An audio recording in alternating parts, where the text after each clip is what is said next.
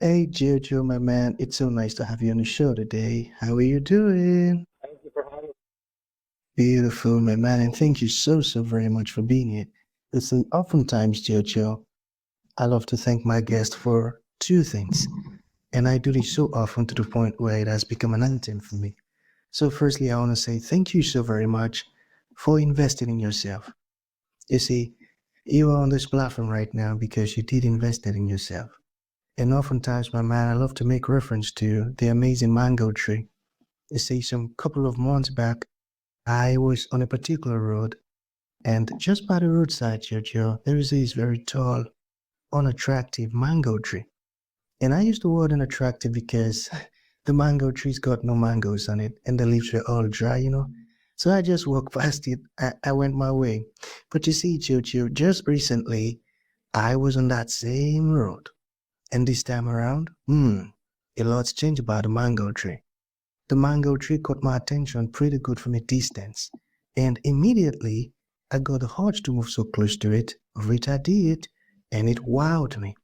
Because now the mango tree's got a lot of mangoes on it, beautiful green leaves and healthy branches, and not just mangoes now, I'm talking about ripe mangoes. It was such a lovely moment that day. I was so excited. Here is my point. The fact that you dedicated your time, resources. for sharing that. Yeah, man. Guys, thank you for strong actually what you said Mm, because everything is a transformation. yeah, that's right. That's right. Nothing is sometimes you go through the hardship, it transforms to something else. Mm, If it everything's easy and beautiful in our eyes, usually you don't transform. You have to transform through difficulties. mm. Powerful words. You have to transform through difficulties. I got that. That's so profound, my man. I got that. So I'm quite excited to have you on the show, Tio, for two reasons. Firstly, my interest in knowledge seeking.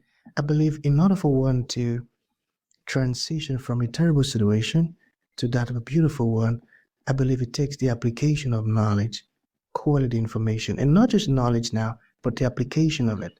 And you see, Giorgio, ever since I realized that light in the Hebrew means knowledge and darkness means ignorance, I've been so keen to knowledge seeking because I do not want to remain in the dark.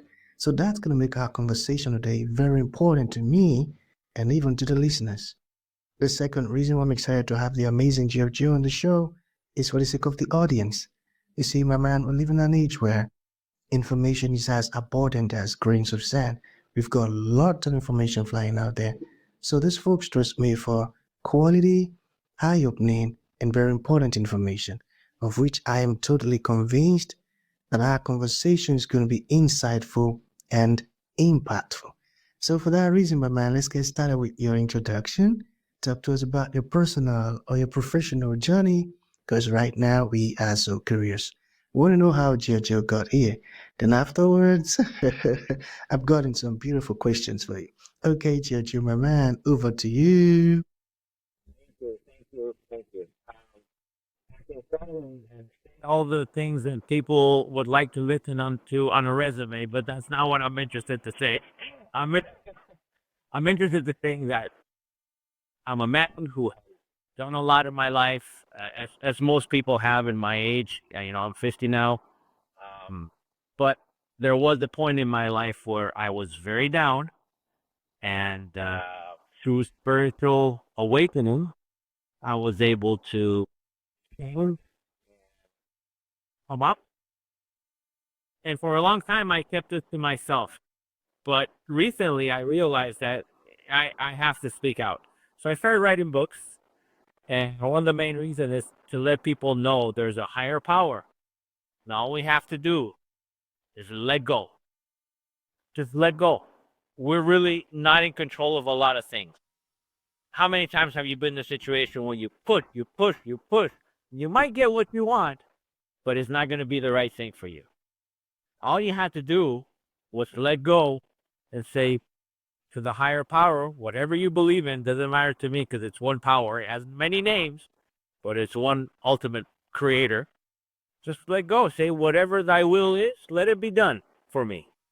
and you'll see miracles happening in your life. Miracles. That's what happened to me. That's why I'm here. Awesome. I tell you. And what you just said now is profound because there are many people who wouldn't let go.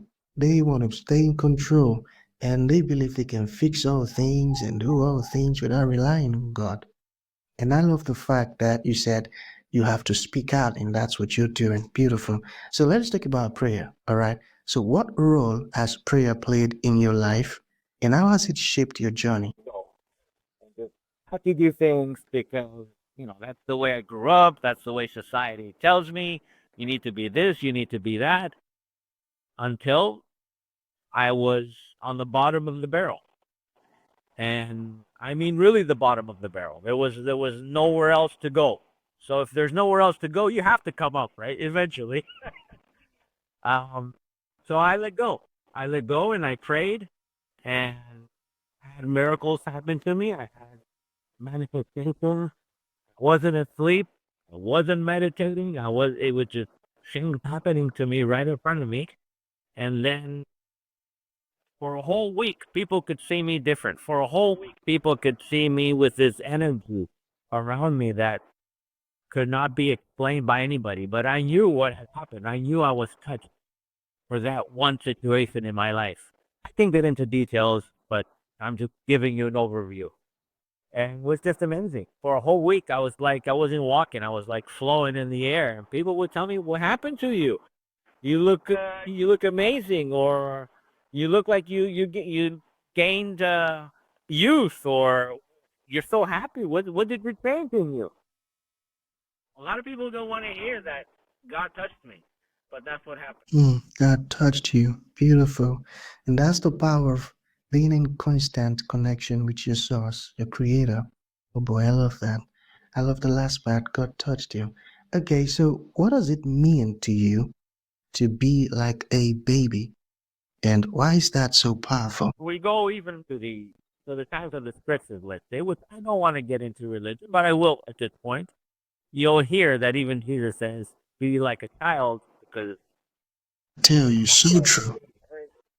that the gates of heaven will open for the children, and not to you. He says, to the various scholars Yeah, there who are trying to see how you have to be an act. He says the gates of heaven are closed to you, but they're yeah.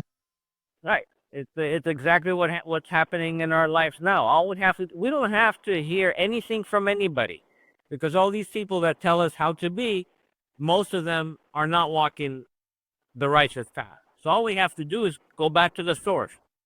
So to go back to the source that's inside us, we have to let go and be like a baby. Be pure. Relax. Let go. Don't have any Exactly. expectations. Just let go. Let the guidance come to you. You know, I actually did a research on that particular scripture, and the stuffs I discovered were amazing.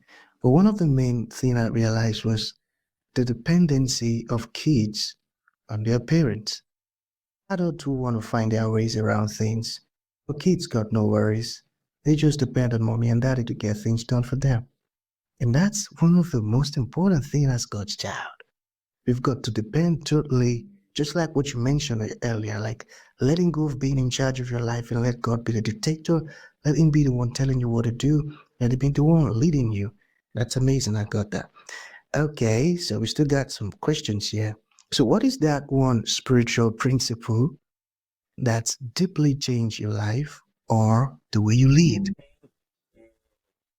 I've been trying to enforce it every day for years. Do unto others what you want done unto you. Very simple. Very powerful. Very powerful. Um, this morning I actually had to apply it.